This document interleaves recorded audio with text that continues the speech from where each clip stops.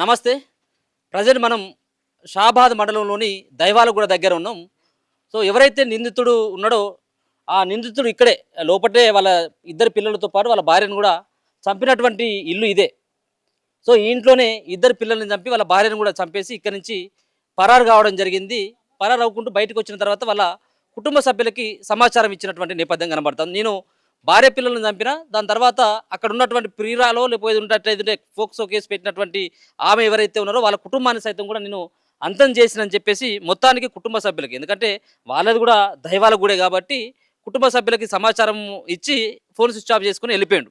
So, మొత్తానికి ఇక్కడి నుంచి అయితే బయటపడ్డాడు. పోలీసులు అయితే రెక్కి నిర్వహిస్తాను. పోలీసులు సైతం కూడా ఇతని జాడ కోసం వెతుకుతా ఉన్నారు.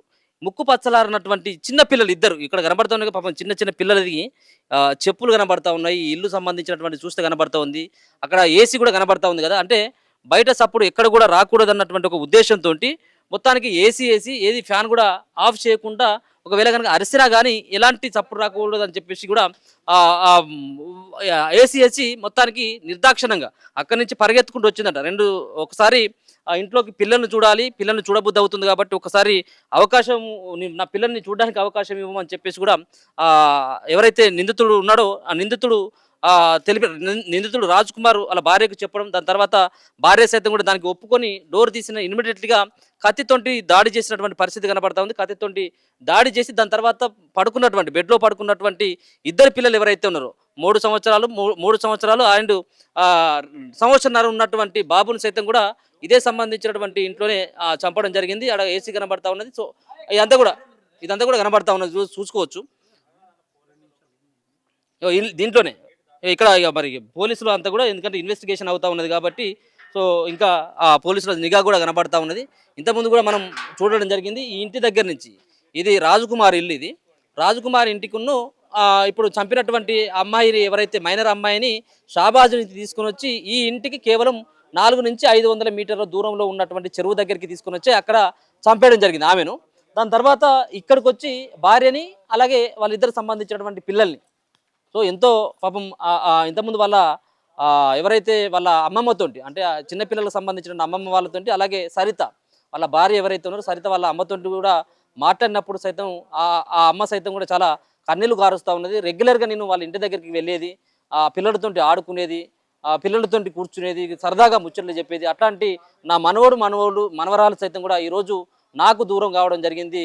నా కూతురు కూడా దూరం కావడం జరిగింది. నేను 9 నెలల పాటు కని పెంచినటువంటి నా కూతురు లేదు, అలాగే నా కూతురుకు పుట్టినటువంటి ఇద్దరు పిల్లలు కూడా లేనటువంటి విషయాన్ని నేను జీర్ణించుకోలేను అని చెప్పేసి కూడా ఆ తల్లి కంటతడి పెడుతున్నటువంటి సందర్భం కనబడతా ఉన్నది.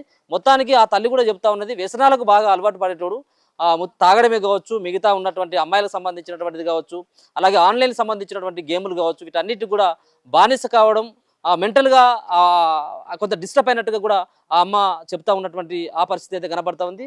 సో, ఈ ముగ్గురు సంబంధించినటువంటి డెడ్ బాడీలని ఇక్కడికి ఏదైతే ఉస్మానియాకు పంపించినట్టుగా తెలుస్తూ ఉంది. మరి కాసేపట్లో ఈ దహన సంస్కారాలు అంతా కూడా ఇదే దైవగుడికి సంబంధించినటువంటి ఇక్కడే అయ్యేటువంటి అవకాశం కనబడతా ఉన్నది. ఒక పక్కన ఆ బాధిత కుటుంబాలకు సంబంధించినటువంటి సభ్యులేమో రోడ్డు పైన ధర్నా చేస్తూ ఉన్నారు, పోలీసులకు వ్యతిరేకంగా నినాదాలు చేస్తూ ఉన్నారు. కాసేపటి క్రితమే ఎస్ఐ రమేష్ సైతం కూడా సస్పెండ్ చేయడం జరిగింది.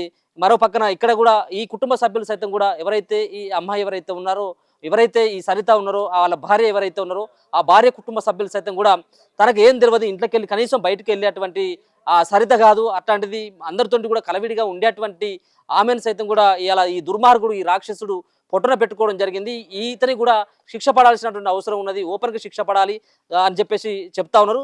ఒక పక్కన ఇక్కడ పక్కనే ఉన్నటువంటి కొంత దూరంలోనే హైవే రోడ్డుకు పక్కనే 1.5 ఎకరం భూమి ఏమో ఉన్నదట. సో, ఆ భూమిలో ఉన్నటువంటి ప్రతిసారి 1 గుంట 2 గుంటలు అమ్ముకునేది, వచ్చినటువంటి పైసలతోటి జల్సాలు ఆడేది అన్నట్టుగా తెలుస్తూ ఉన్నది. సో, చూసుకోవచ్చు ఇక్కడ ఈ గేటు ఓపెన్ ఉన్నది. ఓకే, చూద్దాం. మొత్తానికి ఈ సంబంధించినటువంటి విషయంలో ఇప్పటివరకు అయితే తెలిసినటువంటి వివరాలు ఏంటంటే, ఈ కేసులో రాజ్ కుమార్తో పాటు ఇంకా ఎవరు కూడా ఉన్నట్టుగా ఎవరు కూడా ఇప్పటివరకు అయితే నిర్ధారించలేదు. ఇంకెవరైనా ఉన్నారా లేదా అనేది ఫ్యూచర్లో చూద్దాం. అది ఇన్వెస్టిగేషన్లో తెలుస్తుంది మిగతా విషయాలన్నీ కూడా. సో, మొత్తానికైతే రాజ్ కుమార్ నందిగామ దగ్గర ఉన్నటువంటి రైల్వే స్టేషన్ లోపలికి ఏమో వెళ్ళిపోయినట. మరి ఆయన సూసైడ్ చేసుకోవడానికి వెళ్ళిండా, లేకపోయినట్లయితే ఇంకా వేరే దగ్గరికి, వేరే రాష్ట్రాలకు ఏమైనా పారిపోవడానికి ఏమైనా ప్రయత్నిస్తున్నాడు అనేది లేదనేది మనం ఫ్యూచర్లో చూడాలి. మొత్తానికి కుటుంబ సభ్యులని చంపేసిండు. ఉన్నటువంటి ఏదైతే ప్రియురాలు అని చెప్పేసి ఎవరైతే కొంతమంది చెప్తా ఉన్నారో, ఎవరైతే ఆమెను వేధించిండు అని చెప్పేసి కొంతమంది చెప్తా ఉన్నారో, ఆ అమ్మాయి మైనర్ అమ్మాయి కూడా చనిపోయింది. మైనర్ అమ్మాయికి సంబంధించినటువంటి కుటుంబం సైతం కూడా ఈ భూమి మీద లేకుండా వెళ్ళిపోయింది. మొత్తానికి 6 చంపినటువంటి రాజ్ కుమార్ పరారులో ఉన్నాడు. సో ముగ్గురిని కుటుంబ సభ్యులకు సంబంధించినటువంటి ఇద్దరు చిన్న పిల్లలతో పాటు వాళ్ళ భార్యకు చంపినటువంటి ఇల్లు ఇదే. సో ఈ ఇంట్లోనే వాళ్ళ కుటుంబ సభ్యులు కూడా ఉండేది. సో మొత్తానికి షాబాద్ నుంచి సో అక్కడ ఉన్నటువంటి ఏదైతే ఈ కేసు అయిపోయిందో, ఈ ఫోక్సో కేసు అయిందో, ఫోక్సో కేసు అయిన తర్వాత ఈ ఇంటికి షిఫ్ట్ కావడం జరిగింది. ఈ ఇంటికే షిఫ్ట్ కావడం జరిగింది. భార్య పిల్లలతోటి ఇక్కడే ఉండేది. తను మాత్రం షాబాద్‌కి, శంషాబాద్‌కి ఇట్లా వెళ్ళుకుంటూ జల్సాలు చేసేదన్నట్టుగా స్పష్టంగా అర్థమైతుంది.